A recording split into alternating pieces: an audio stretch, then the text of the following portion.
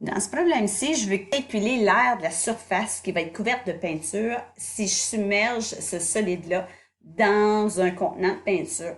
Donc, pour faire ça, je vais figurer où il va y avoir de la peinture, sur quelle face du solide il va y avoir de la peinture.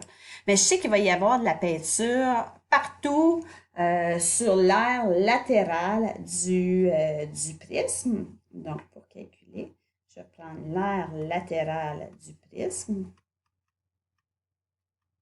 Il va aussi avoir de la peinture sur l'aire latérale des deux cylindres que j'ai percés. Donc, je vais indiquer ça comme ça ici, 2 fois l'aire latérale des cylindres. À indice L, on se rappelle que c'est pour l'aire latérale. Cylindre. Puis il va y avoir de la peinture sur les deux bases de mon solide. Les deux bases, on pourrait les décomposer comme suit. Donc, c'est l'aire de la base du prisme moins l'aire de la base, moins 2 fois l'aire de la base du cylindre. Je ne sais pas si vous voyez ça, je vais vous montrer. 2 fois l'aire de la base du cylindre. Puis là, on doit faire ça fois 2, parce qu'il y a 2 fois cette partie-là. Là, ce que je suis en train de faire ici, je vais juste vous montrer. Je suis en train de calculer l'aire de cette partie-là ici. Là. Tout ce qui est autour de ces disques-là. Donc, pour le faire, j'ai procédé par soustraction. Je vais prendre le rectangle, puis je vais enlever 2 fois la base du cylindre. Fois 2, bien, parce que j'ai une autre partie pareille en dessous ici, qui va également être peinturée par en dessous. Il va y avoir la peinture en dessous de mon solide. Donc, là, ici, je vais faire ma déclaration de données. La déclaration de données et ainsi que les variables que je vais utiliser pour faire ça, je vais la faire directement dans mon croquis. Donc, pour le 8 cm, qui représente en fait la hauteur de mon prisme ou la hauteur des cylindres, je vais utiliser la variable h. Ici, pour le 12 et le 6, je vais utiliser L majuscule pour la longueur et L minuscule pour la largeur de la base. Puis, je vais avoir besoin d'une variable pour le rayon de la base de mes cylindres ici.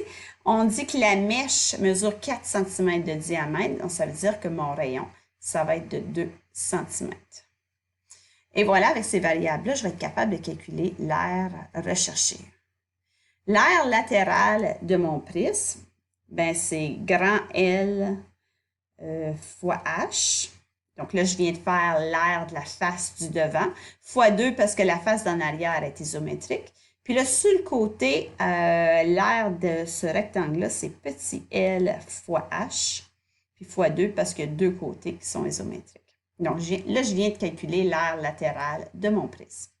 Ensuite, pour l'aire latérale du cylindre, je vais faire 2 fois la formule de l'aire latérale du cylindre qui est 2πr, la circonférence, fois la hauteur, plus 2 fois parenthèse. L'aire de la base de mon prisme, ça va être grand L fois petit l, moins 2 fois l'aire de la base du cylindre, qui est un disque. Donc, la formule du disque, c'est pi fois le rayon au carré. Après, j'ai juste à remplacer les variables par leur valeur et faire mon calcul. C'est ce que j'ai fait dans le corrigé. Donc, je remplace 2 fois 12 fois 8 plus 2 fois 6 fois 8 plus 2 fois 2 fois pi. Le rayon, on a dit c'était 2 fois h qui est 8 plus 2 fois parenthèse 12 fois 6. 12 fois 6. Moins 2 pi fois le rayon qui est 2, donc 2 au carré. Et là, voilà, je ferme la parenthèse. Et là, j'ai juste à calculer cette valeur-là pour m'amener à la réponse. Puis mes unités pour la réponse, bien, ça va être des centimètres carrés. Vous pouvez aller voir le corrigé pour le restant de la démarche.